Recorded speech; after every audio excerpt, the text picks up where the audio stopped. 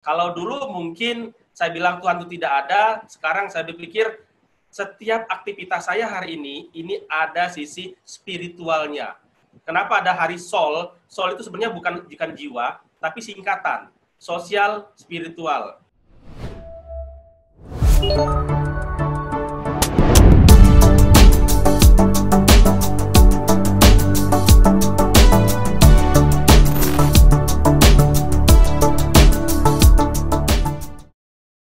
Bismillahirrahmanirrahim. Assalamualaikum warahmatullahi wabarakatuh.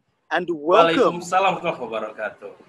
Iya, hari ini kita ada tamu yang sangat spesial, ya, Bung Hari Sol Putra. And what's so interesting about Bung Hari, ya, is that he's a financial strategist, ya, seorang yang memberi saran dan strategi finansial. Tapi ada sisinya yang sangat luar biasa. Ada itu spiritualnya, aspek spiritualnya, dan itu bukan aspek yang kecil loh gitu kan, tapi aspek yang sangat besar dan yang mengarahkan financial strateginya ya. Bung Hari, welcome. Assalamualaikum. Ya. Waalaikumsalam warahmatullahi wabarakatuh. Terima kasih nih sudah. Ya.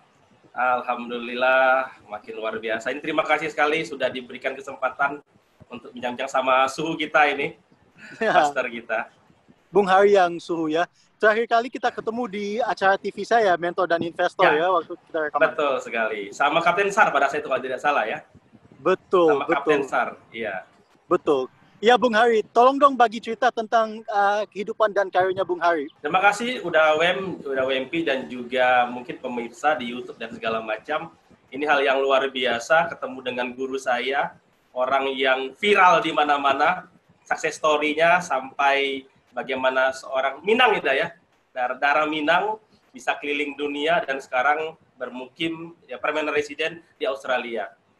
Baik, Bapak Ibu sekalian, kalau kita bicara tentang diri sepertinya kurang pas kalau misalkan kita tidak tidak berbagi gitu. Jadi pada sesi ini bukan menggurui tapi ingin berbagi saja pada Bapak Ibu sekalian semuanya. Kalau kita bicara tentang sedikit cerita kilas balik, tidak ada mungkin satu yang istimewa ketika bicara tentang Hari Sol Putra, TK, SD, SMP, SMA, kuliah, normalnya orang hidup gitu.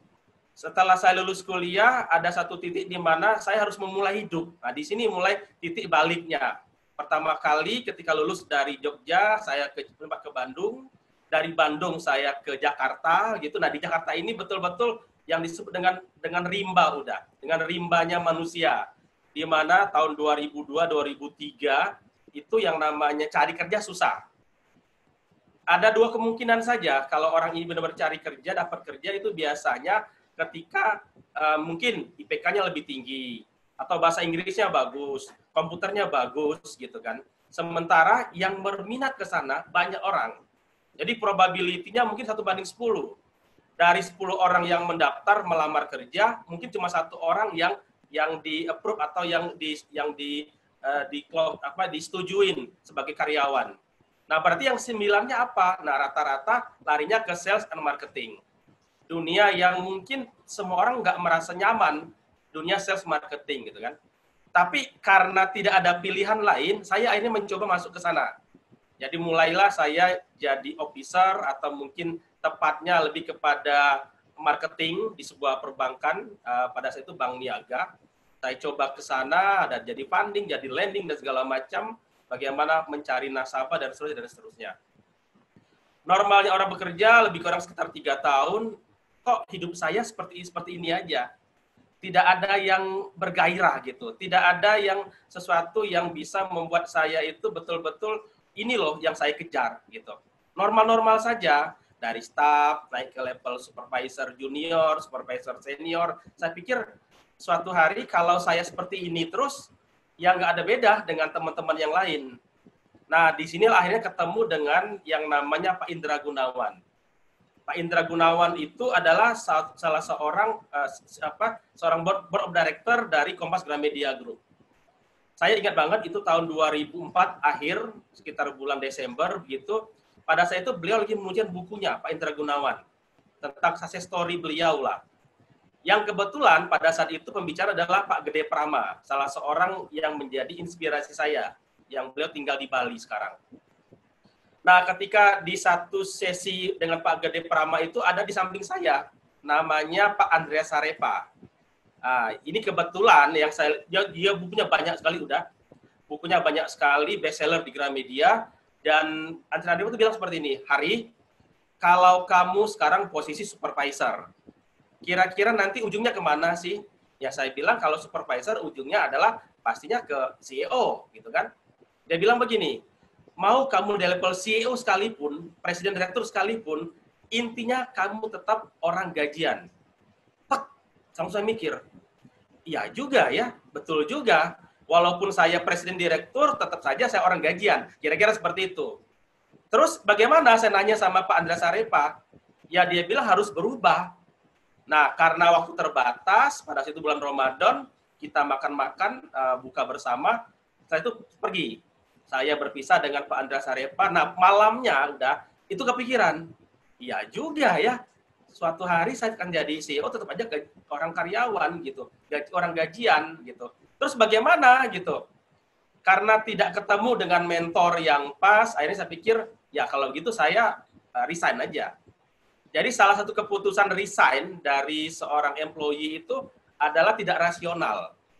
Jadi benar-benar yang terjun bebas, gitu kan. Dari penghasilan yang lumayan, orang gajian, belum menikah, tiba-tiba langsung jatuh turun, tak ke titik nol. Ini yang saya bilang ke titik nol. Sampai saya bilang begini, ketika benar-benar sudah nggak ada duit, gitu kan, sudah tidak ada sesuatu yang ada saya pegang, ibaratnya seperti itu, di ATM juga ibaratnya sudah kosong, gitu kan, makan pun harus minta sama teman, seperti itu. Saya bilang, Tuhan tuh nggak ada, gitu kan. Ini yang saya pikir kali ini saya itu terlalu bodoh, gitu kan. Kok ngomongnya Tuhan tuh tidak ada, ya kan? Pada saat itu kebetulan hari Jumat, saya sholat Jumat di Segitiga Emas, di salah satu di building di sana. Si MC-nya, atau mungkin sebelum si khutbah itu naik gitu kan, dia bilang begini, Bapak-Bapak sekalian, nanti sore itu ada Maulid Nabi. Saya yang tadi pagi bilang Tuhan itu tidak ada, sorenya saya datang. Ya, sorenya saya datang, lalu udah mungkin bayangin saya dari kecil tuh nggak pernah susah udah. Artinya buat makan cukup lah gitu kan. Pada saat itu saya diberi Supermie, Indomie gitu kan. Terus ada teh, lalu ada gula gitu kan. Saya bilang, ya Allah ternyata Tuhan tuh ada gitu kan. Jadi semenjak saya tuh dijewer gitu kan. Tadi pagi lu bilang, gue nggak ada. Kira-kira begitu bahasa kita gitu kan. Gue bilang ini ada gitu. Nah di situ saya bilang, saya menemukan titik balik. Oh ternyata ketika orang itu susah, ketika orang itu lagi ibaratnya lagi jatuh gitu, sebenarnya bukan malah menghilangkan Tuhan, tapi justru membesarkan Tuhan. Itu satu. Itu titik balik pertama. Nah, titik balik keduanya adalah ketika saya kan harus mikir nih, kontrakan harus dibayar gitu. Lalu kita juga harus makan sehari-hari begitu kan. Lantas bagaimana, apa yang harus saya lakukan gitu. Nah, pada saat itulah saya merasa titik balik kedua, saya merasa saya ini orang termiskin kedua di dunia udah. Orang termiskin kedua. Karena orang termiskin pertama adalah Hamdan ATT. Kalau kita dengar lagu dangdut gitu kan, ada orang termiskin di dunia itu adalah Hamdan ATT. Ini joke aja sebenarnya. Jadi saya pikir sebetulnya saya bukan orang termiskin. Saya ini adalah orang terkaya. Kenapa? Saya masih punya pikiran, saya punya fisik yang sehat, gitu kan. Otak saya masih bisa berjalan seperti itu. Ini yang saya bilang, memang pada saat itu posisi saya adalah seorang muzaki, orang yang memberi zakat pada saat itu. Karena saya seorang karyawan, dapat gaji, sebagian harta saya bagikan pada orang lain lewat zakat. Tetapi pada saat saya jatuh, ini saya disebut dengan orang mustahik, orang yang terima zakat. Nah, di sini di posisi ini terendah inilah saya akhirnya menemukan guru-guru saya. Nah, salah satunya adalah Pak Eri Sudewo, ada Prof. Abdul Basit, Pak Supardili, orang-orang yang ketika saya jatuh mereka nampung. Ini yang saya sebut dengan udah bilang kemarin itu mentor gitu kan. Mentor yang benar-benar ngajarin, yuk kita move on, kita berubah, kita bangkit gitu kan. Ini yang saya bilang from muzaki to mustahik, insya Allah hari ini menjadi seorang muzaki kembali. Nah ini adalah titik balik yang kedua. Lalu seperti itulah akhirnya berjalan, ketemu dengan salah seorang motivator kenamaan Indonesia. Saya belajar 6 tahun sama beliau, dan di situ akhirnya yang sekarang lah ibaratnya kalau diketikin di Google tadi saya bilang motivator keuangan. Itu adalah saya hari ini. Tapi sebenarnya proses untuk menuju ke titik hari ini sebenarnya banyak lika-likunya gitu. Mungkin bagi orang lain mungkin jalan kaki jualan madu dari Pondok Indah ke Al-Azhar. Jadi kalau kita di Jakarta itu ada Pondok Indah Mall gitu. Saya door to door jualan madu sampai ke Al-Azhar di Kebayoran gitu. Itu jalan kaki. Jangan bandingkan dengan penjual bakso atau mama-mama penjual somai. Tapi saya ada seorang sarjana yang harus door to door untuk menjual madu. Tapi itu yang harus saya alamin.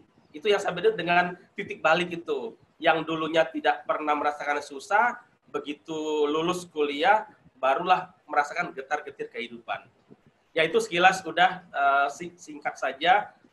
Lalu 2005 saya berproses, 2012 sudah punya buku ketiga yang dari Gramedia, dan alhamdulillah hari ini ya rintangan tetap ada, halangan tetap ada, hambatan tetap ada, tapi saya optimis di tengah-tengah pandemi ini selalu ada keberkahan, selalu ada exit strategi, selalu ada jalan keluar ketika kita percaya Tuhan itu Maha Besar.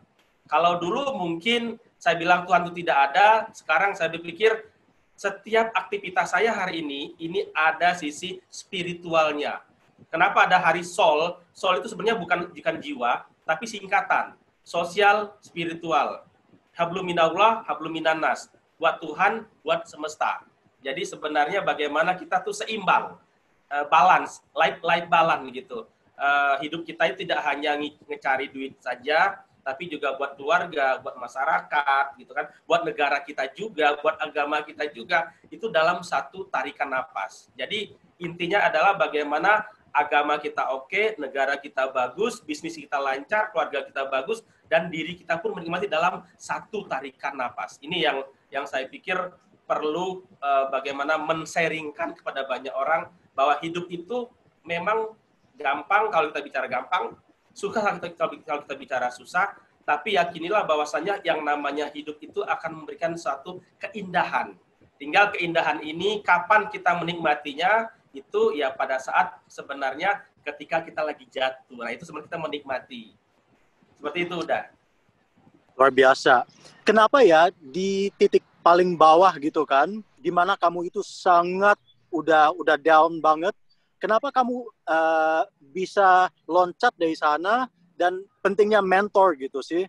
Karena biasanya orang itu kalau udah low banget, mereka survival aja, mereka mau survive, cari uang, tapi lupa untuk cari uang dan cari ilmu. Di mana kamu udah pintar banget, kamu cari ilmunya dari mentor. Apa sih thinking prosesnya Bung Hari waktu itu? Jadi kalau pilihan ketika saya jatuh cuma 3 pilihan. Pertama saya pulang ke Jogja, ada teman itu jualan nasi Padang. Paling tidak saya bisa cuci piring itu. Jadi makan saya aman di Padang itu pertama. Yang kedua adalah saya balik kerja lagi. Itu pilihan keduanya. Ya artinya saya dapat gaji lagi, jadi orang karyawan lagi, jadi orang gajian lagi. Pilihan ketiga itu saya pulang, ya. Pilihan ketiga adalah pulang ke rumah, ke Bengkulu, ke Sumatera, jadi pegawai negeri. Selesai. Hidup saya selesai. Tapi dengan tiga-tiganya ini saya nggak memilih itu. Saya justru milih survive, bertahan. Nah, tadi ketika saya di posisi jatuh, ya pasti yang namanya gundah, gulana, stres itu pasti menghampiri. Tapi saya yakin bahwasanya ketika saya lagi jalan, itu ada sesuatu yang kayak nuntun gitu udah. Jadi saya itu kan kebetulan kosnya tuh di Karbela, karet belakang, di belakang WTC, Water Center-nya Jalan Sudirman. Itu saya harus jalan kaki untuk ke Kuningan, karena duit pas-pasan. Saya jalan kaki dari Sudirman ke Kuningan, itu kan ada lewat namanya Karbela, karet belakang. Nah, di situ akhirnya saya masuk ke sebuah masjid, ya, namanya Masjid Al Hakim Menteng. Dulu ada di kiri jalan itu. Sekarang sudah nggak ada lagi. Nah, disitulah sebetulnya saya lagi pada hari saya ingat hari Sabtu ada pengajian seorang ustadz yang dia memotivasi, cara dia itu betul-betul memotivasi saya. Saya bilang, Pak Ustadz, boleh tidak saya itu ikut Pak Ustadz gitu. Untuk apa? Dia bilang, saya mau belajar gitu. Karena saya udah nggak tahu lagi harus cari siapa mentor. Uang sudah nggak ada, mentor nggak punya gitu kan. Jadi siapa yang ketemu itulah mentor saya, kira-kira begitu. Lalu dia bilang, ya udah, besok kamu ketemu saya ya di tempatnya ini. Saya mikir itu, saya bilang iya, iyakan saja. Ya, besok saya mikir, uang naik angkotnya kemana? Harus kemana dulu gitu kan? Ya sudah, kebetulan masih ada satu teman satu kos, saya bilang pinjam dulu dia duitnya, saya bilang pinjam dulu, saya mau ketemu calon mentor saya gitu kan. Akhirnya kita ketemu di daerah Buncit, ngobrol-ngobrol seperti itu, intinya beliau berkenan untuk menjadi mentor saya. Cuma kan persoalannya adalah saya lagi nggak ada duit gitu. Untuk dari kontrakan, dari kos-kosan ke warung Buncit, itu saja saya minjam sama orang gitu kan.